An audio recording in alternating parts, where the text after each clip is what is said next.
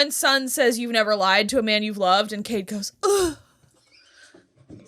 She obviously has. It's like watching the episode.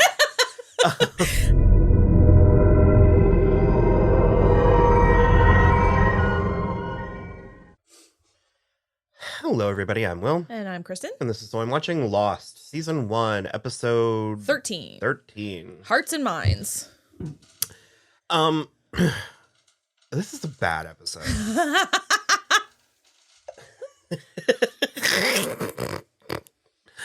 I remember thinking I liked it because it was the Shannon and Boone episode. It was like the first one, and it's the first one. And then watching it this time, I'm like, oh, this is bad. Yeah. But like all of it is. Like, even like Hurley is being weird. 이거 좀 드세요. Oh, I get it. This is some kind of payback because I wouldn't eat the urchin the other time. Yeah, also, I like... Okay. And like... I like... Saeed and Sun are the only two in this episode that... Like, Kate's not terrible. Yeah, but Kate's... Okay. Kate's not terrible, but Kate and Jack are like, every word out of their mouth is cloaked in like 15 layers of eroticism, and it's just like... I can see you there, you know. I wasn't hiding. Just didn't want to disrupt you from doing whatever it is you're doing. It's not like it's a secret. Hard to tell with you sometimes. I found some papaya seeds for you. What's the garden without a little guava? Passion fruit seeds. What are they for? I'll show you. Want to see? Yeah. Follow me. Like, it's just...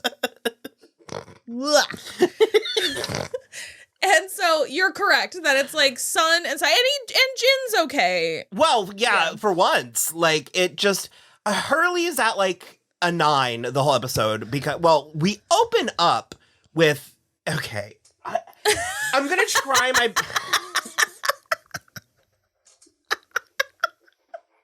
I have 41 reasons why. I'm gonna try my best. We're gonna try our best to not spoil things. Yeah. But many of my reasons for not liking this episode are based in things that... In the future. Yeah, spoilers. And so I just, like... If you've been following our coverage, you know that we are slight Shannon and Boone sympathizers and apologists. Largely based on character potential and not what is happening on the screen. Well, and the actors. We like the actors. And I think this whole episode is just kind of gross. I don't like how much Shannon's entire character is defined by her relationship to Boone. Yeah. In a very possessive, like, ownership type way. And she doesn't really meet or interact with other characters except for Saeed, which she's doing this entire episode, and we get none of it. It's all in the background. He gives her shoes, which is cute. They're actually my size. Well, half a size off, but I swear this place is actually making my feet swell. Another mysterious force on the island revealed.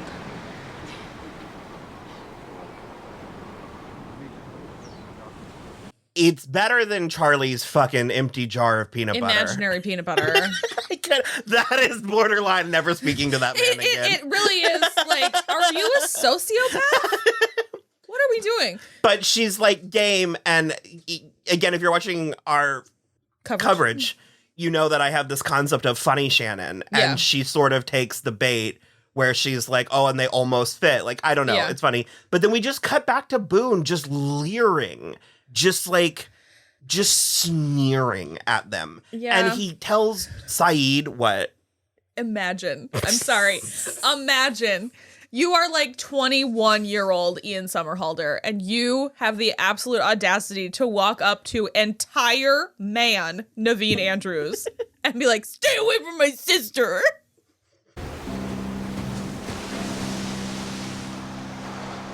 Stay away from my sister. For a moment, you seem to be giving me an order. It's just a friendly suggestion. A suggestion? Yes, if I were you, I'd listen. What if I don't? It's laughable, which is exactly what Saeed does to him and then continues to just like flirt with Shannon the whole rest of the episode. It's incredible. But it's like, so we get Hurley sort of like full gusto come and accost him. Yeah. About them not catching boar adequately enough. Yeah. Which only works if you know that they are just dicking around. Which we find out in the very next scene. Yeah, well, we kind of knew they were before from the previous episode, but it's like that's a moment that only works for the audience. Like, we have no reason for Hurley to be suspicious of what they're doing. So for me, it's less, okay, for me, it's actually worse than that because Hurley's not suspicious. He's got the squirts. And I hate that. I don't think it's nice. I don't like it. He also talks about it with 3 separate characters in this episode. Well, he's talking about it like he has a medical issue, and I'm like, no, you've just had more fiber in 3 weeks than you've had in your entire life. It's because all he's eating is fruit because he believes that he has slighted Jin in some irredeemable way where Jin will no longer catch I don't like fish. that either. I don't like that either. I also need them to stop screaming at Jin and Sun.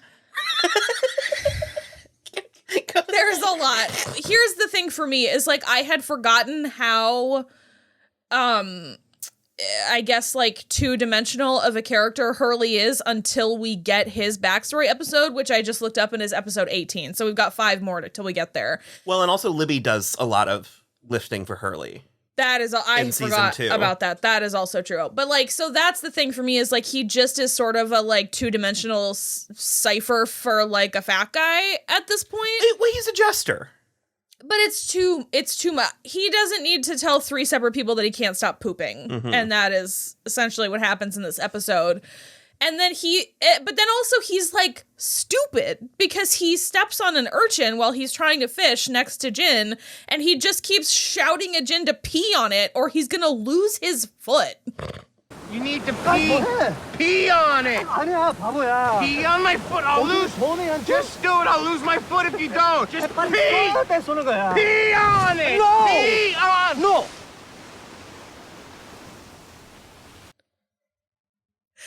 I mean, I'm pretty sure like everybody knows that you pee on a jellyfish sting. Well, and also that's also not. It's kind really of a thing. for an old wives' tale. It's the ammonia. It can can disinfect and everything. But I'm just like, I don't. And then so Jin finally prepares him an urchin again, and then he immediately vomits. And It's, yeah. Because I love Jorge Garcia. I think he's really great, especially in this role. He's borderline like falling over and farting and like. It's very broad and it's too much.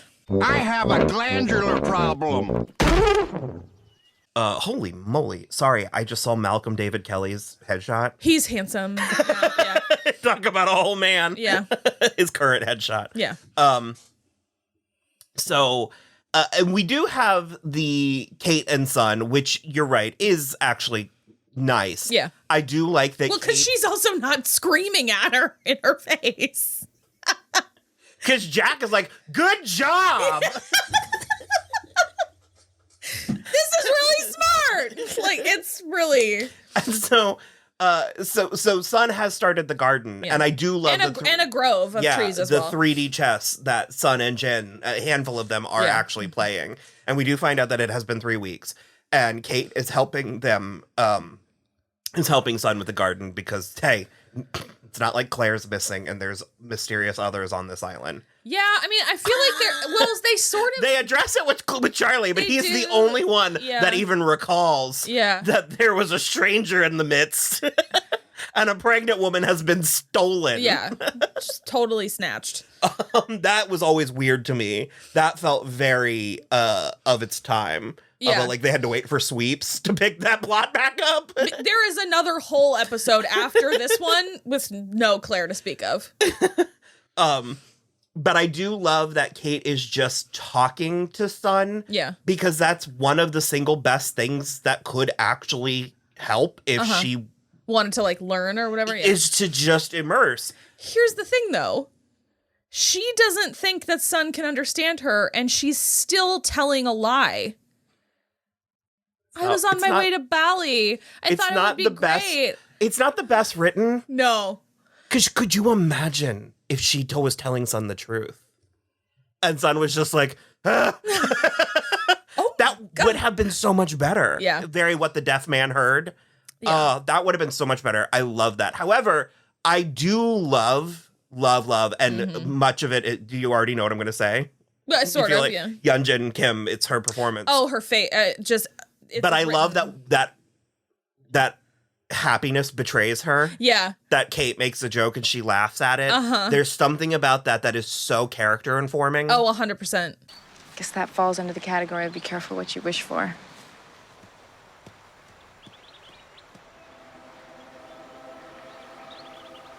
You understood me. And in such the opposite of this Boone and Shannon soap opera that's like unfurling itself across like because I also hate what it does to Boone's character. Ugh. And Locke, and it's just I already hate Locke. I hate him. You said to me while we were watching it that you hated him the first watch. I did, yeah. And you were like fully prepared to like reevaluate. So at this point in the first watch, I don't think I hated him. But at this point, I am drowning in man pain. And so it's like this extra Locke man pain, especially when I know where it's going. I'm just like, ugh. But I did want to say that I do think that it was a little weird that Kate was so perplexed as to why Sun, like she was sort of like, wait, what? Your husband doesn't know? And it just seems like for someone with Kate's life mileage, it should be a no need, like. Which is, well, I mean. Say no more. I think I understand. So that's the thing where they like have to kind of keep showing, not telling, because it is such a large ensemble and we're only getting like very parceled out backstory. I just think it's bad characterization. No, it is. For Kate. But that's why when where like Claire, it would make sense. Yeah, when Sun says you've never lied to a man you've loved, and Kate goes, ugh.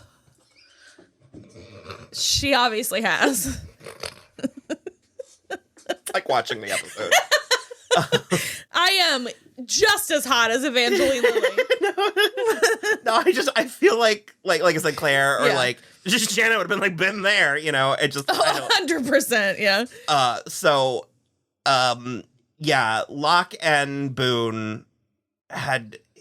It's just again, I'm not gonna say anything specific, but I just find their whole thing gross. Yeah, just really very gross. And well, I'll pick it up later. When we get there. Boone is so naive and easily taken under, and Locke is so taken by the island, and he's also like just going around teaching lessons no one asked for. And so it's like because they found the hatch. And couldn't be more pretentious with that Michelangelo story. It's like, my good sir, did you just compare yourself and this goddamn hatch to Michelangelo and the statue of David? So they found this hatch, and that's where they've been going the last 2 days. To stare at it, wait for David to appear. And so Boone is like, I need to tell Shannon because she's asking questions, and like I don't know what to tell her, and like we keep on coming back without meat. Like people are like, but that none of that works because any interaction we're seeing between the two of them is just contention and hostility. Him and Shannon, and so I'm sort of like, what conversations are they having that we can't see? That he can't keep a secret from her. It doesn't check. Okay. Like, also specifically because of how their story progresses, like their past story progresses in this episode, there's no reason for him to have any fond feelings for her anymore, like at all. And he like, this episode is he like takes ownership over her in this weird way, and then so Locke decides to teach him a lesson and like knocks him out, brains him with the knife. in the back of the head. Like hard. Like he's bleeding. And then ties him up tightly. Like the fact that when and throws the knife at him for when he can find enough motivation, like proper motive to like release himself. Yeah.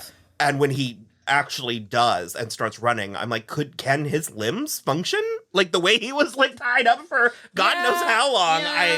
I don't know. So it's like a hallucinogen, but yeah, because he like treats the he doesn't know that. So he thinks that Locke has also kidnapped and tied up Shannon and that it's his job to protect her, which, and I mean, they, considering how critical we're being, they do earn the plot. Like story beats are there. Yeah. But it's presented in a way that makes her seem so cruel. Like, so... They also take you on a journey because at first she seems, like, useless. And then she seems like a battered woman. And then she seems cruel. And then she seems, like, unforgivably cruel. And it's very weird to be contrasting this with her budding romance with Saeed, which is supposed to be reforming and reshaping her character. Yeah, which, I mean, in my opinion, it is. Well, yeah, but it's really strange. And it's like, what we know from one of her episodes coming up, it's like she kind of has every right to be angry with her life situation. Sure. And based on what we know about their characters, why isn't he just gifting her money? Like, why is she having to trick it out of him? Okay, especially, I'm just going to go there because this episode, we find out that Boone is in love with her. We also find out, they say it with words, they are not biologically related. That's in the original script, they were half siblings. And I think that I don't know that ABC was going to No, they weren't. But there's something by removing that. Yeah. It's less fraught. Well, it's sort of, if there's this weird, dirty secret and shame, a lot of their dynamic makes a little bit more sense. Okay, so it's like allowed to be a little bit of a dirty secret because they have been in each other's lives since they were 8 and 10 respectively. No, so course. they were essentially raised together. It's a little gross, but like, so basically we find out Boone has been in love with her the whole time. And so especially with that character beat, you're totally right. There is absolutely no excuse why he's not just giving her money. Like they say it in this episode, although it's framed differently, but it's like his mother just completely cuts her out when the dad dies, like leaves her with nothing, and a person can't go. From that to nothing. It's a rags to riches. Riches to rags. I also like, why didn't her dad leave her anything? Like, it's all very. I think they get into it, but I don't. Okay, I don't. Regardless, you're right. She has been, presumably for years, like ever since her dad died, she's been getting into these bad relationships. And then, well, once we find out, it's only like a matter of a couple of months. Yeah, and then she's been like calling Boone and being like, "You have to come save me. You have to come save me," and he does. But then it's like the dude will only go away for money, so she's just like extorting Boone for money. But then in this one, Charles Measure just like. Yeah, round of I love Charles Measure. Sure. Just like leaves her and takes $50,000 too. Ridiculous.